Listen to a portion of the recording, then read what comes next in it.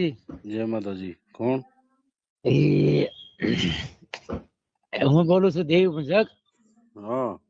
રમેશભાઈ. હું એક વાત કરતી નિરાતે સાંભળો.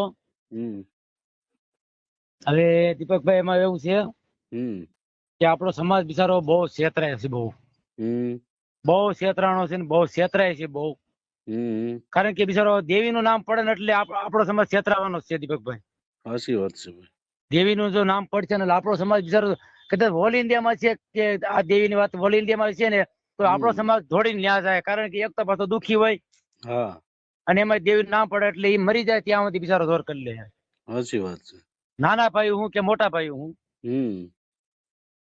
એટલે અમે માળવાડીએ જતા હતા સંતાસ બાબતે. હું મારી બહુ નાની ઉંમર છે, તમારી વાત કરું છું, નાનો માણસ બકાલ વેચું છું. એટલે એમાં હું છે કે મારું ક્યાંક વાત તમે સાંભળશો ને કે આ વાઘરીનો દીકરો આવી તમારી વાત કરી, ગમે એમ તમે કહો તો એમ કે ભગવાન ખોટું બોલશે પણ આ માણસ ખોટું નહીં બોલે. હા, બરાબર છે. એટલે ભલે મારે હાજર રોવા હતી ગયું બહુ, કે મારી બીજો તો વાંધો નહીં, દુખી છો એનો કઈ વાંધો નહીં હું, પણ હું છેતરાણો બહુ મળી એમ જ્યાં વિના છેતરાણો બહુ, છેતરા બહુ. અને અત્યારે મારા સમાજ ને બહુ છેતરે છે. સાચી વાત છે ભાઈ.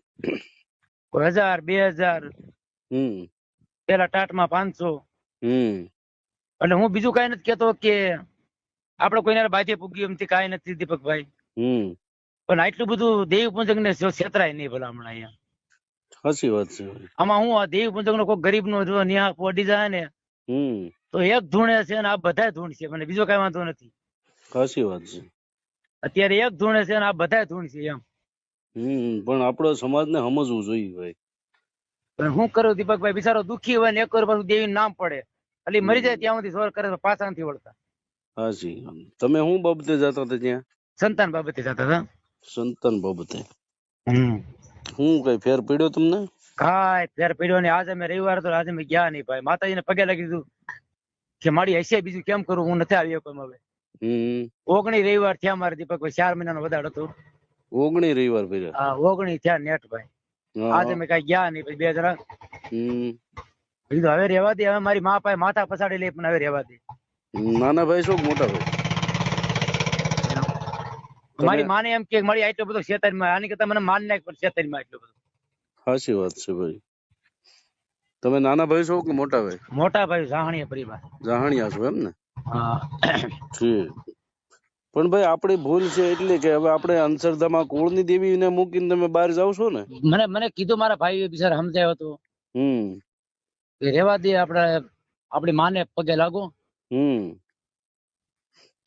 છતાં હું નો સમજ્યો ભાઈ, કેમ કરું? માળવાળી મેલડી માને તમે કદાચ ભલે ને માનો, એનોય વાંધો નથી. હા, પણ તમે ઘરેથી માનો.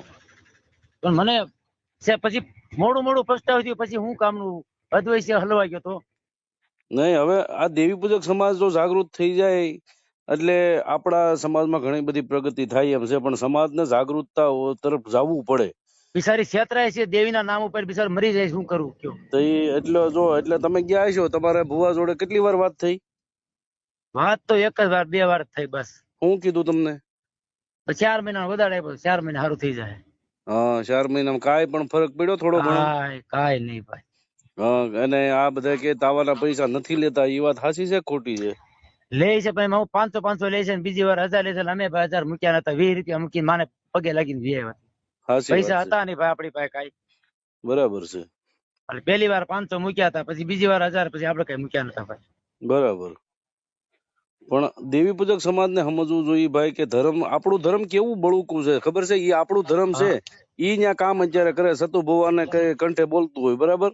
હા. તો ઈ ધર્મ શું કે આપણે દેવી પૂજક ને માનનારો સમાજ છે, તો આપણું કામ આપણી દેવી ન કરે? કરે ભલામણા કરે. પણ આપણે વિશ્વાસ નથી ભાઈ. મારી હકત મેલડી હતી ભલામણા, પણ મને બહુ દુઃખ થી મળી, પણ બહુ છેતરો છે મને. ના ભાઈ, આશા ગુરુદેવી માથે રાખો, માળવાળી મેલડી માથે આશા રાખો. તમ તારે ઈ તમને છેતરશે નહીં. આપણી દેવી છે મેલડી, ઈ થોડી છેતર છે, માણા છેતર છે.